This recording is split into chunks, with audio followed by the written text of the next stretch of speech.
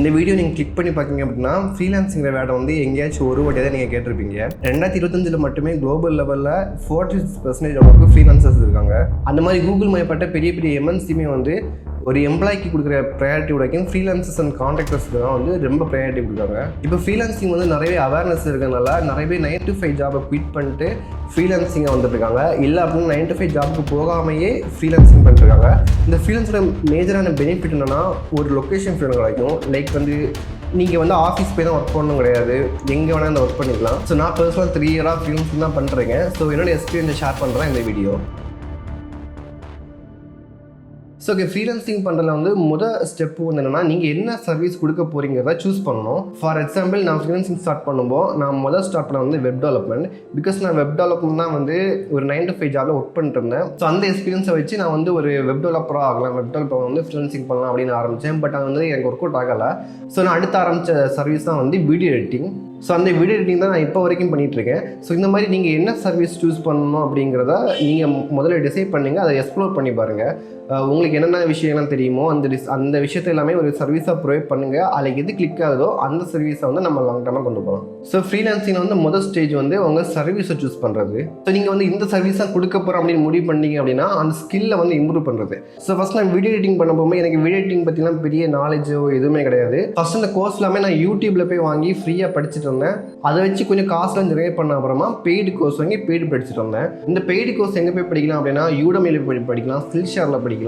இல்லை அப்படின்னா நீங்கள் பார்க்குற ஃபேவரட் கிரியேட்டர்ஸே வந்து அவங்க பெய்டு கோர்ஸ் வச்சுருப்பாங்க. அவங்க யூடியூப்பை டீச் பண்ணுறது உங்களுக்கு புரிஞ்சு அப்படின்னா அவங்களோட பெய்டு கோர்ஸ் வாங்குறதா நான் ரெக்கமெண்ட் பண்ணுவேன். ஸோ ஸ்கில் டெவலப் பண்ண அப்புறமா வந்து ஒரு போர்ட்ஃபோலியோ ரெடி பண்ணணும். ஸோ போர்ட்ஃபோலியோ அப்படின்னா சிம்பிளாக என்ன சொல்லுவாங்க, நீங்கள் பண்ண ஒர்க்கிலேயே வந்து பெஸ்ட்டாக ஒரு ஒர்க் இருக்கும் இல்லையா, அதுதான் வந்து போர்ட்ஃபோலியோ. இந்த போர்ட்ஃபோலியோ பார்த்த உடனே இவங்க என்ன பண்ணுறாங்க அப்படின்ட்டு நம்ம கிளைண்ட்ஸுக்கு வந்து தெரியணும். அண்ட் அந்த ஒர்க்கை பார்த்த அப்புறமா வந்து நமக்கு அவங்க ஒர்க் கொடுக்குற அளவுக்கு ஒரு பெஸ்ட்டான ஒர்க் எல்லாமே நீங்கள் ஷோகேஸ் பண்ணி வச்சுருக்கணும். ஸோ நீங்கள் சர்வீஸை சூஸ் பண்ணிவிட்டு படித்ததுக்கப்புறமா ஒரு போர்ட்ஃபோலியோ ரெடி பண்ணிக்கோங்க. அண்ட் இந்த போர்ட்ஃபோலியோ ரெடி பண்ணும்போது எல்லாமே பண்ணுற காமனான மிஸ்டேக் என்ன வந்து இந்த கேன்வாவில் போய் ரெடி பண்ணுவாங்க. கேன்வா எல்லாமே பெட்டர் தான் இருக்கும். பட் வந்து என்னோட ரெக்கமெண்டேஷன் என்னென்னா ஒரு டொமைன் வாங்கி ஒரு வெப்சைட்டை ஹோஸ்ட் பண்ணுங்கள். ஒரு கேன்வாவை கொண்டு காமிக்கிறதுக்கும் ஒரு வெப்சைட்டை வந்து எடுத்து ஒரு கிளைண்ட்டை ப்ரெசென்ட் பண்ணுறதுக்கும் அந்த ப்ரொஃபஷனல் வந்து ரொம்ப டிஃப்ரெண்ட்டாக இருக்கும். நீங்கள் என்ன ஒர்க் பண்ணுறீங்க வரைக்கும் அந்த ஒர்க்கை எப்படி ப்ரெசென்ட் பண்ணுறாங்கிறது மட்டும்தான் எல்லா கிளைண்ட்டுமே வந்து எதிர்பார்ப்பாங்க. ஏன்னா ஒரு கிளைண்ட்டை வந்து நீங்கள் ஃபஸ்ட் டைம் இம்ப்ரெஸ் பண்ணோம் அப்படின்னா உங்கள் ஒர்க்கு வந்து நீங்கள் நல்லா ப்ரெசென்ட் பண்ணி வச்சுருக்கணும். மேபி அதுக்கு என்ன பே பண்ண முடியாது அப்படின்னா card.io அப்படின்ற ஒரு வெப்சைட் இருக்குது. இது ஒரு வெப்சைட் மாதிரியே இருக்கும். ஸோ இது பார்க்க ரொம்ப ப்ரொஃபஷனலாகவே இருக்கும். அதுவும் நீங்கள் ஃப்ரீயாகவே பண்ணிக்கலாம். ஸோ ஓகே, நீங்கள் இப்போ இந்த 3 ஸ்டெப்பை தாண்டி வந்தீங்கன்னா உங்கள்கிட்ட ஸ்கில்லும் இருக்குது, உங்கள்கிட்ட போர்ட்ஃபோலியும் இருக்குது. இப்போ நீங்கள் ஒர்க் பண்ணுறது ஒரு கிளைண்ட் வேணும். ஸோ கிளைண்ட் வேணும் அப்படின்னா ஃபஸ்ட்டு லீடு வேணும். லீடுனா என்னென்னா நீங்கள் என்ன ஒர்க் பண்ணுறீங்க அப்படின்னு ஒருத்தவங்களுக்கு தெரிஞ்சு அவங்க உங்கள்கிட்ட வந்து கேட்பாங்க இல்லையா, இதுதான் வந்து லீட். இந்த லீட் எடுக்கிறதுக்கு நீங்கள் கான்டென்ட் கிரியேட் பண்ணலாம். இல்லை நீங்கள் வந்து ஃப்ரீலான்சிங் பிளாட்ஃபார்ம் போகலாம், like Fiverr, Upwork, freelancing. So இந்த கான்டென்ட்டும் சரி இந்த ஃப்ரீலான்சிங் பிளாட்ஃபார்மும் சரி நீங்கள் பிகினராக இருக்கும்போது இது ஒர்க் அவுட் ஆகாது. ஸோ ஃபஸ்ட்டு லீட் எடுக்கிறதுக்கு என்ன ஆப்ஷன் அப்படின்னா நீங்கள் வந்து கோல்டு இமெயில் பண்ணுறது மட்டும்தான் ஒரே ஆப்ஷன். இப்போ ஸ்டார்ட் பண்ணுறீங்க அப்படின்னா லிங்க்டின், யூடியூப், அப்புறம் கூகுள் மேப், இந்த 3 இதுவுமே யூஸ் பண்ணுங்கள்.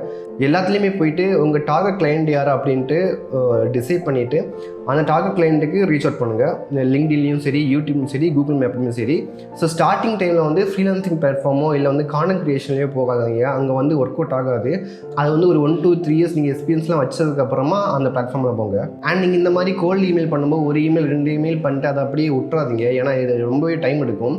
அண்ட் நீங்கள் வந்து ஒரு கம்பெனிக்கு ரெஸ்யூம் சென்ட் பண்ணும்போது ஒரு ரெஸ்யூம் கிரியேட் பண்ணி எல்லா கம்பெனியும் சென்ட் பண்ண மாதிரி ஒரு இமெயிலே டைப் பண்ணி எல்லாருக்குமே சென்ட் பண்ணிட்டு இருக்காதீங்க. எல்லாருக்குமே வந்து ஸ்பெசிஃபிக்காக சென்ட் பண்ணுங்கள். நீங்கள் வந்து யூடியூப்பில் போய் கற்றுக்குவோங்க எப்படி வந்து ஒரு கோல்டு இமெயில் வந்து ப்ராப்பராக சென்ட் பண்ணுறதுன்னு. ஸோ அந்த மாதிரி ஸ்ட்ராட்டஜியில் உங்களுக்கு எது வந்து ரொம்ப கன்வீனியண்ட்டாக இருக்குதோ அதை சூஸ் பண்ணி அந்த மாதிரி கோல்டு இமெயில் பண்ணுங்கள். ஸோ ஓகே, இந்த விஷயத்தை நீங்கள் திருப்பி பண்ணிருந்தீங்க அப்படின்னா கண்டிப்பாக ஒரு கிளைண்ட் கிடைப்பாங்க. மேபி ஒரு கிளைண்ட் கிடைச்சா அவங்ககிட்ட ரெஃபரல் வாங்கி இன்னும் நிறைய கிளைண்ட் எடுங்க. இல்லைனா அந்த கோல்டு இமெயில் திருப்பி டெய்லியும் பண்ணிட்டுருக்குங்க.